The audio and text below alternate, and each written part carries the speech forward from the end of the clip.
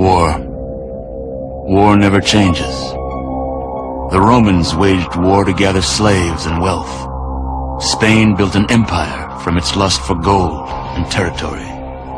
Hitler shaped a battered Germany into an economic superpower. But war never changes. In the 21st century, war was still waged over the resources that could be acquired. Only this time, the spoils of war were also its weapons. Petroleum and uranium.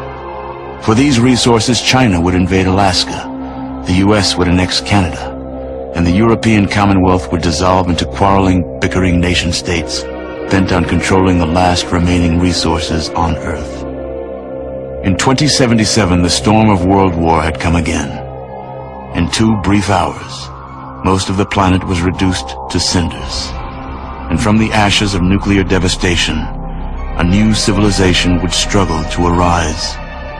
A few were able to reach the relative safety of the large underground vaults.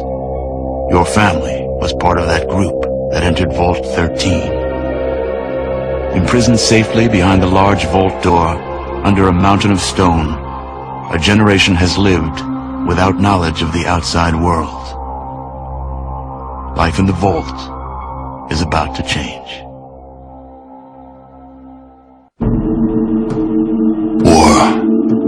War never changes. The end of the world occurred pretty much as we had predicted. Too many humans, not enough space or resources to go around.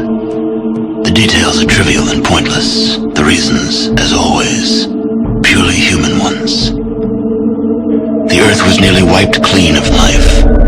A great cleansing. An atomic spark struck by human hands quickly raged out of control. Spears of nuclear fire rained from the skies. Continents were swallowed in flames and fell beneath the boiling oceans.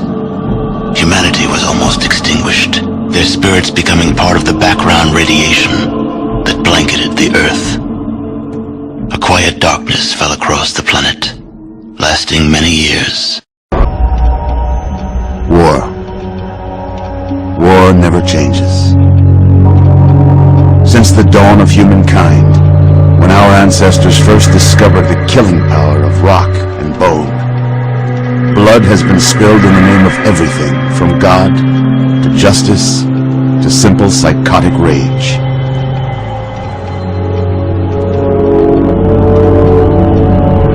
In the year 2077, after millennia of armed conflict, the destructive nature of man could sustain itself no longer. The world was plunged into an abyss of nuclear fire and radiation.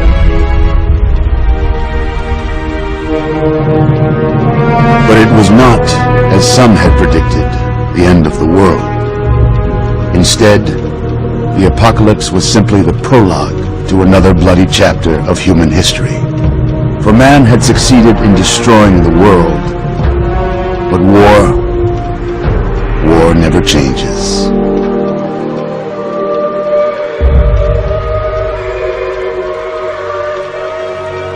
In the early days, thousands were spared the horrors of the Holocaust by taking refuge in enormous underground shelters known as vaults. But when they emerged, they had only the hell of the wastes to greet them. All except those in Vault 101. For on that fateful day, when fire rained from the sky, the giant steel door of Vault 101 slid closed and never reopened. It was here you were born. It is here you will die. Because in Vault 101, no one ever enters. No one ever leaves.